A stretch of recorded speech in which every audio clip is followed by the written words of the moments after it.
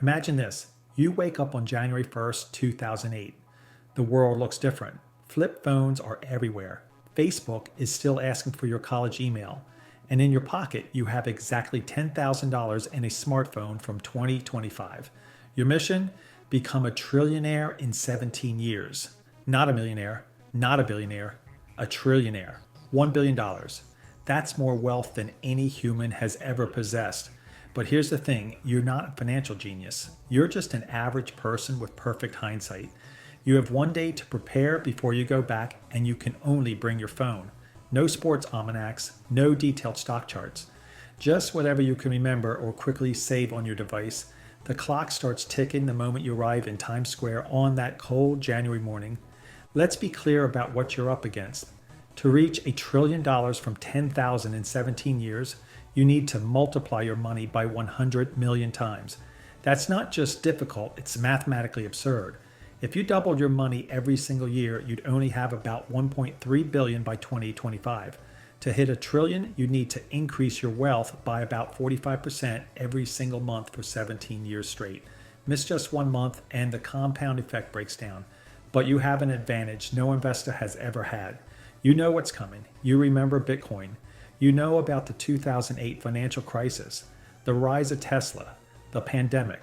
Every major market movement is locked in your memory or saved on your phone.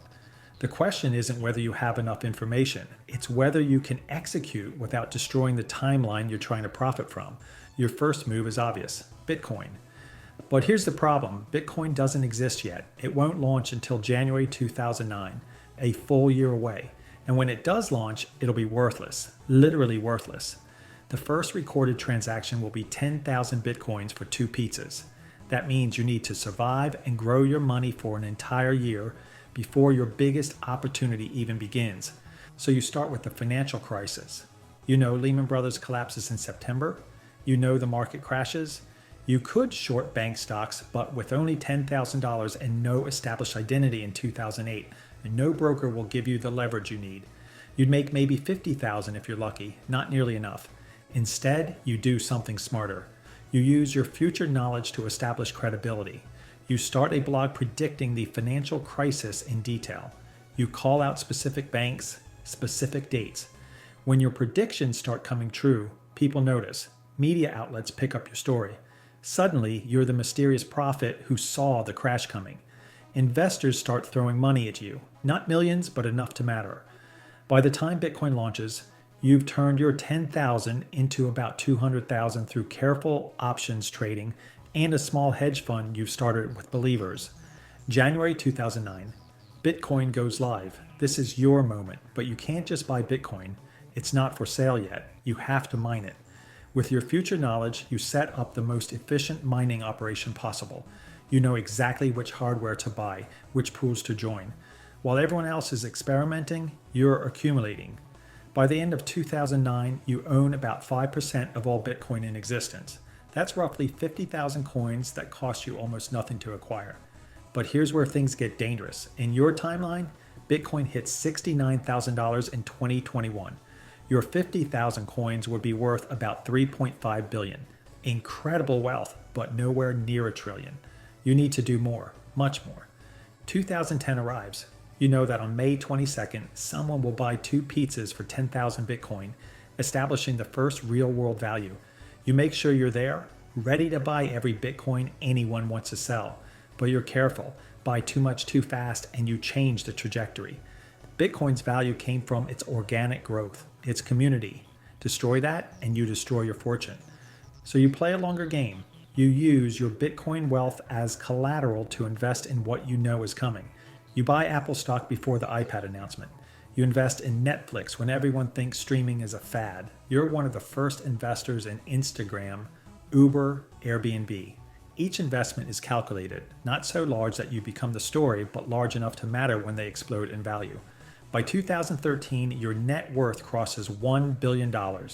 You own about 3% of all Bitcoin, now worth $300 each.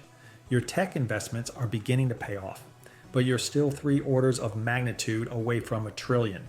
You need something bigger. That's when you realize the truth. Traditional investments won't get you there. Even with perfect knowledge, the math doesn't work. You need to create value, not just predict it. So you use your billions to start companies based on technologies you know will work. You patent ideas years before their original inventors. You create the infrastructure for innovations that haven't happened yet. You launch a video platform in 2014 that's suspiciously similar to TikTok.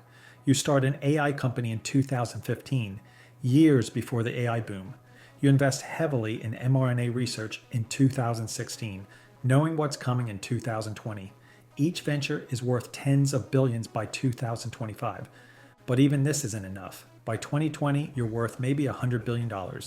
Incredibly wealthy, but still short of your goal. Then the pandemic hits. You knew it was coming. You shorted travel stocks. You went long on tech. You bought Zoom before anyone knew they'd need it. Your wealth doubles, then triples. You're approaching $500 billion.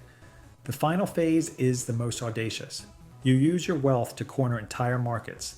You buy significant stakes in every major cryptocurrency before the 2021 boom. You control enough Bitcoin to influence its price. You own enough Ethereum to affect DeFi.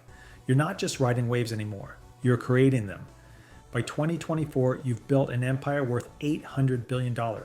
Close, but not quite there. You need one final push. You take everything, every asset, every company, and you leverage it. You know exactly when markets will peak, when to exit. You time it perfectly. But here's the twist. The moment you cross the $1 trillion threshold, everything changes. Markets react to your movements, governments intervene.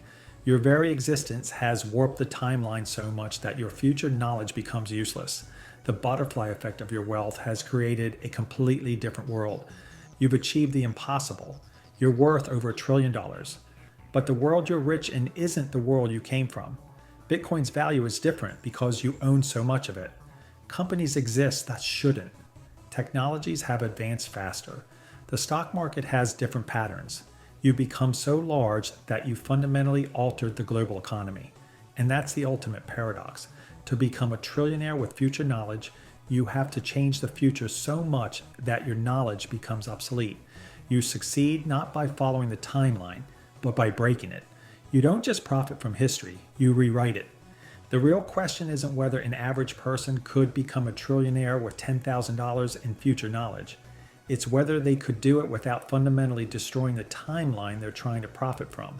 And the answer is no. The very act of accumulating that much wealth would reshape the world economy so dramatically that by the time you reach your goal, you'd be living in a completely different reality. So could you become a trillionaire by 2025? Mathematically, yes. Practically, yes. But the person who starts a journey and the world he starts it in would be unrecognizable by the end. He wouldn't just be the richest person alive. He'd be an economic singularity, a force so powerful that his mere existence would reshape global markets. That's the thing about extreme wealth. At a certain point, you stop participating in the economy and start becoming the economy. And $1 trillion? That's well past that point. You wouldn't just win the game, you'd fundamentally change the rules. Whether that's success or failure depends entirely on what you think the goal really was.